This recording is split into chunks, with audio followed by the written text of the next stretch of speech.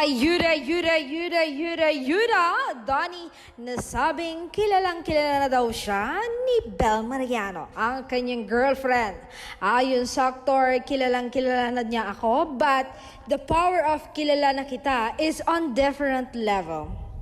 Imagine someone out there already knowing how fast your mood shifts and how to make you happy, what makes you uncomfortable, and things you love doing. Dagdag pa ng aktor, minsan nga napapasabi ako kay Bel na tayo na kaya hanggang dulo. Kilala mo ako, kilala rin kita, mahal natin ang isa't isa, isan pa to papunta, sa forever. Ay, nakakakilig